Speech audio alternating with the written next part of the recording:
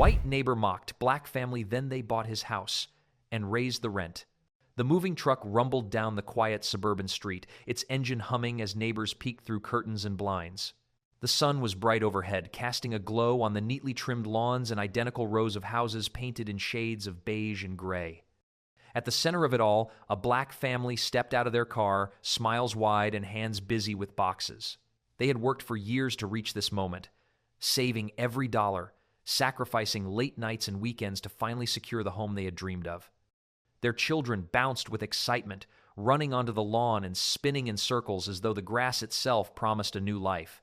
The parents exchanged a look that carried both exhaustion and joy. This house was more than just four walls. It was proof of every overtime shift, every patient decision, every refusal to give up when challenges pressed against them. They had chosen this neighborhood because of its schools, its safety, its promise of stability.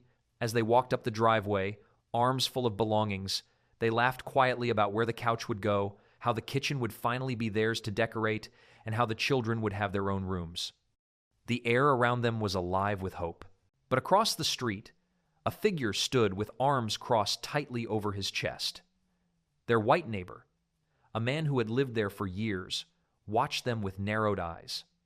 His jaw clenched as he leaned on the railing of his porch, glaring at each box carried inside, each smile shared between the family members. Where others saw a fresh start, he saw only intrusion. His gaze was sharp enough to cut, his silence louder than any words. The family noticed him, of course. It was hard not to when his stare lingered like a shadow, but instead of shrinking under it, they waved politely, hoping to set the tone for peace. Their greeting was met with nothing but a slow shake of the head and a muttered comment too low to hear. Still, they refused to let bitterness invade the joy of the day. They returned to their unpacking, filling their home with laughter and energy, determined that no glare from across the street would rob them of what they had earned. The neighborhood children rode bikes up and down the sidewalks, curious but hesitant, stealing glances at the new arrivals. Some smiled back at the kids playing in the yard, others turned away quickly, unsure how to act. The street itself seemed caught in a moment of hesitation, waiting to see what kind of story would unfold between the family who carried hope in their arms and the neighbor who carried resentment in his stare. Inside their new home, boxes piled high, the family took a moment to stand together in the living room. The walls were bare, the air smelled faintly of paint, but to them it already felt alive. They knew challenges would come, but they also knew they had faced worse and still risen stronger. They looked out the window, saw the neighbor still watching, and then turned back to each other.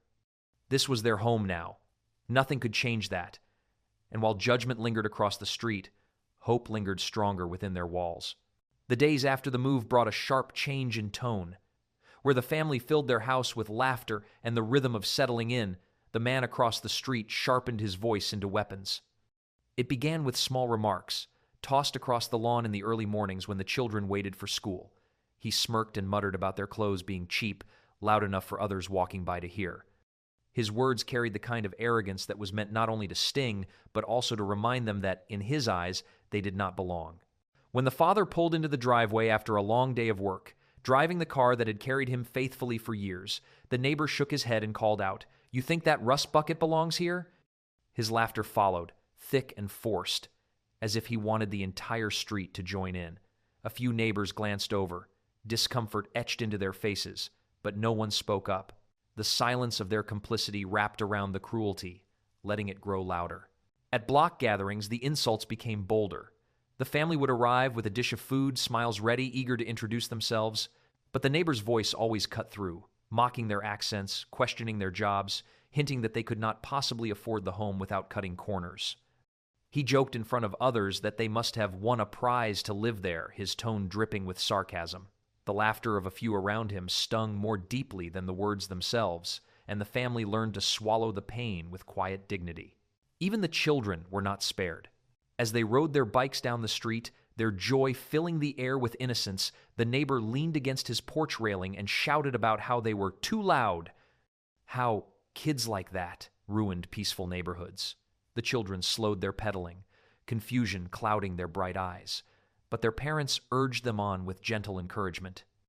Inside their home, the mother brushed their tears away and reminded them that kindness would outlast cruelty. Every comment the neighbor made dripped with superiority, as though he had appointed himself the guardian of the neighborhood's worth. His arrogance seemed to grow each time he saw the family hold their heads high in spite of him. He thrived on the discomfort he spread, certain that his voice represented the standard of the block. Yet with every cruel word, the family's resolve only grew stronger. They worked harder, loved louder, and carried themselves with a grace that silently challenged his scorn. What he never realized was that his mockery, meant to weaken them, was instead fueling their determination. With each insult about their clothes, their car, their children, the family added another layer to the foundation of strength they were quietly building. He believed he was keeping them in their place, but in reality, he was setting the stage for the day when the balance of power would shift so completely that the memory of his sneers would become nothing more than echoes of arrogance, drowned out by the sound of their triumph. The insults that once came in muttered tones began to rise until they carried across yards and sidewalks. The white neighbor no longer bothered to disguise his disdain. He made his comments loudly, projecting them so every porch and window within earshot could hear. On Saturday mornings, when he mowed his lawn in wide, angry stripes, his voice rose above the hum of the machine. He pointed the handle of the mower toward their house and shouted that they would never belong, his words riding on the sound of spinning blades. Children playing on the street heard him. Parents collecting their mail heard him. The whole neighborhood was forced to listen. At block parties, when tables filled with food and neighbors tried to enjoy the evening, he found opportunities to jab at the family with cutting remarks. He joked to anyone standing nearby that some people just don't fit in around here. He laughed. Not the laughter of joy, but of cruelty, sharp and pointed like a blade. When the family arrived with warm smiles and a dish to share, his sneer was waiting for them. He would gesture at their car parked by the curb and ask loudly if it even passed inspection, as though mocking their ability to maintain it. His voice dripped with arrogance, daring anyone to contradict him. Most of the neighbors shifted uncomfortably when he spoke. Some looked down at their plates, others turned their chairs away, unwilling to meet the family's eyes. A few whispered in hushed voices, clearly embarrassed by his behavior, yet none stood to silence him. The silence of the crowd became a second cruelty, as though their unwillingness to confront him validated his scorn. The family bore the sting in silence, choosing dignity over conflict. The children felt it most sharply. They noticed how their peers grew quiet when the neighbor made his jokes, how friends who once waved hesitated now, caught between kindness and fear of ridicule. Their parents held them close afterward, reminding them that cruelty often hides insecurity, that silence is not weakness but strength. Yet the ache lingered. Each public insult carved itself into the family's memory, turning ordinary gatherings into stages for humiliation. But in every sneer, in every laugh meant to demean, there was also the seed of transformation. The louder he grew, the more obvious his cruelty became to the entire block. Neighbors might not yet have defended the family, but unease spread like cracks in a wall. The man's arrogance blinded him to it, but the very voice he used to try to diminish them was building a story that no one would forget. For every insult, the family responded with grace. They kept their heads high, their laughter inside their own home louder than his jeers outside. And though the neighborhood had not yet spoken in their defense, change was already in the air. What began as mockery would one day be remembered as the spark that set the stage for a reversal so complete it would leave the arrogant man a relic of his own bitterness. The house across the street remained a source of cruelty, but inside their own home the family chose a different path. They refused to answer mockery with anger. Instead, they poured themselves into the daily work of building a life that would outlast every insult. The father woke before dawn, his shoes tied tight for shifts that stretched late into the night. The mother balanced her own work with the constant encouragement of the children, urging them to study harder, dream bigger, and never let the bitterness of others define their worth. Evenings were filled with the scratch of pencils across homework, the glow of laptops, the quiet murmurs of prayers whispered before bed. Each child grew to understand that education was their shield, their sword, their way forward. When the neighbor shouted that they would never belong, the children opened their books wider, determined to prove him wrong without speaking a word. Their parents reinforced the lesson. Success was not built on shouting matches, but on persistence, on quiet triumphs that stacked one on top of another until they became undeniable. The family saved carefully. Every paycheck was divided with discipline. Bills were paid, food was provided, and what remained was tucked away. Small at first, the savings grew as months turned to years. They cut unnecessary expenses, skipped luxuries, and reminded each other that patience would yield rewards greater than any fleeting comfort. Their neighbors could not see the balance rising in the bank account, but they felt it in the way the family carried themselves. Their composure was not the result of ignorance, but of foresight, of knowing that dignity comes from preparation.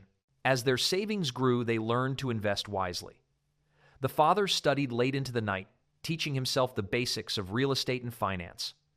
The mother joined him, reading articles, asking questions, and planning carefully. Slowly, cautiously, they began to purchase small investments, first a modest property, then another. Each success added to their confidence. Each step forward was fueled by the memory of the neighbor's sneers. His words, meant to crush them, became sparks that lit their determination brighter. Inside their home, joy continued to grow. Family dinners were filled with laughter, their voices drowning out the bitterness from across the street. Holidays were celebrated with warmth, birthdays with cake and song.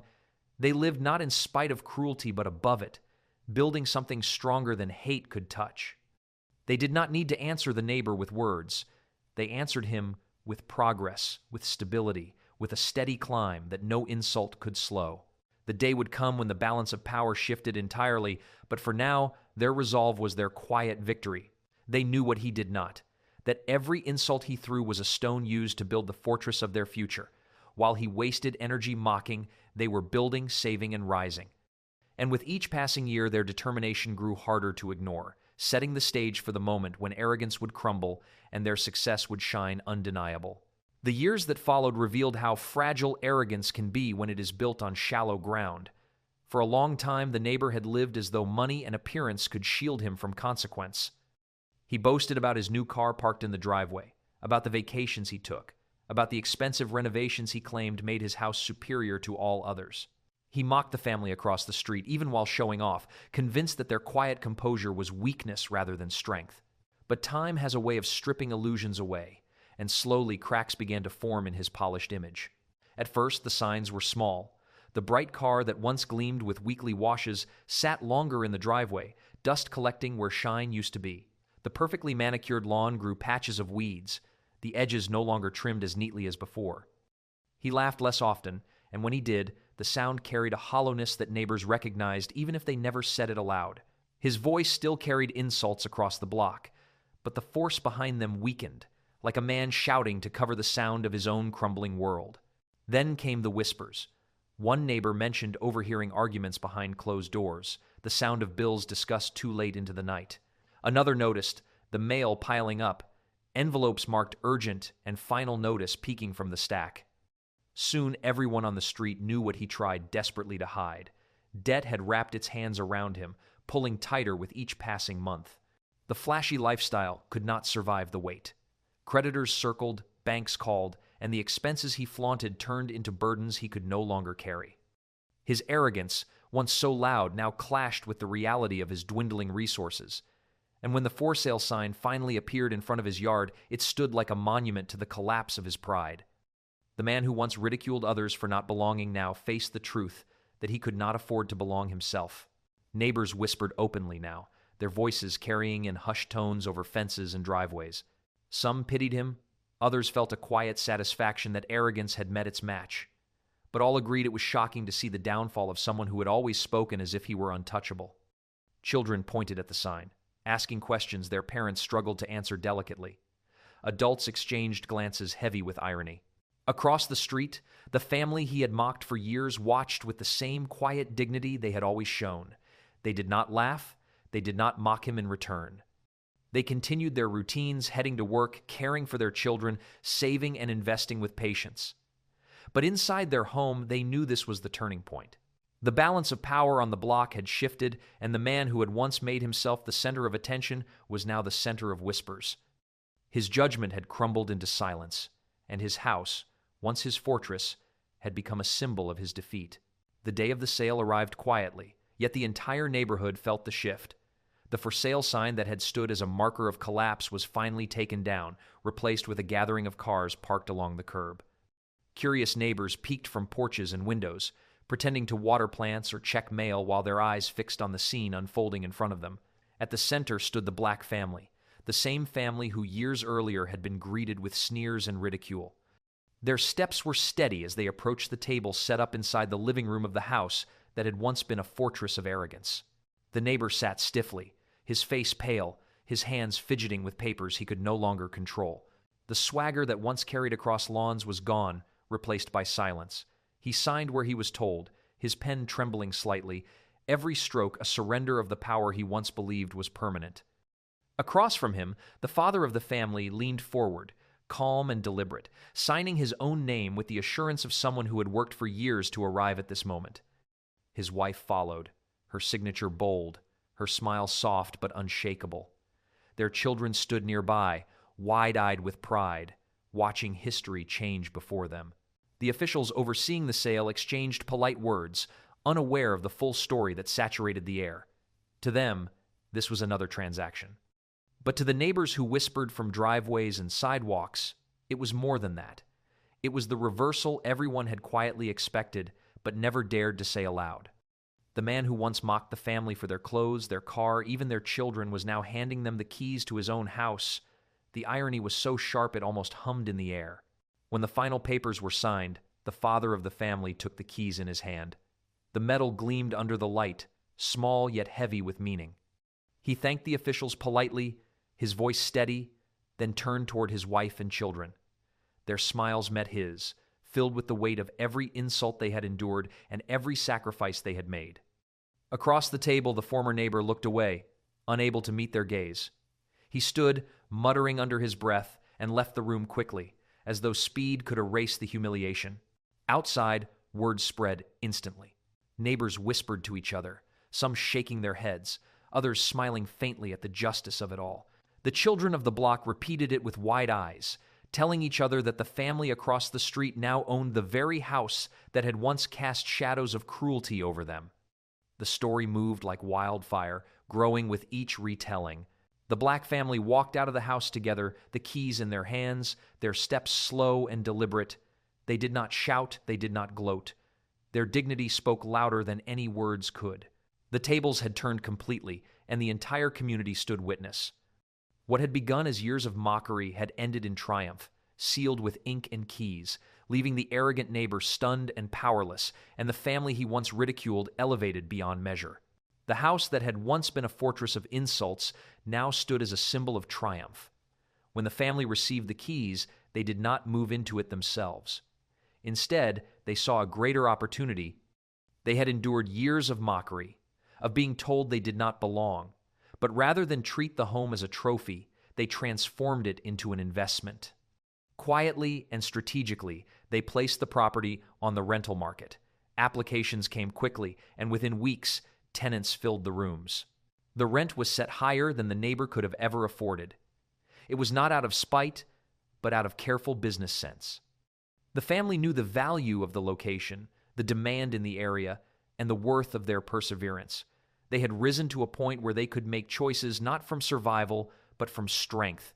The very house that had once been used as a weapon against them was now a source of income, each payment a reminder of how far they had come. News of the purchase spread across the block faster than the sale sign had been taken down.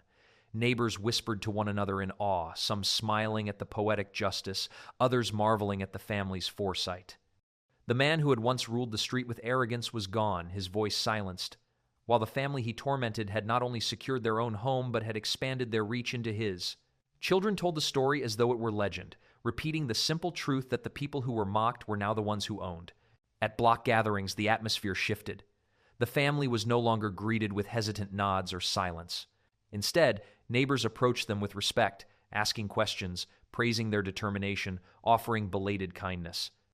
The memory of the cruel remarks still lingered, but those echoes were drowned out by the admiration that now followed them.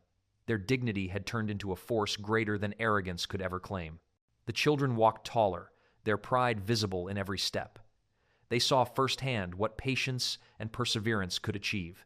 Their parents had taught them not to answer cruelty with anger, but with success, and now that lesson was carved into the very street they lived on. The house across from theirs, once a source of pain, now stood as proof that no insult could hold them down.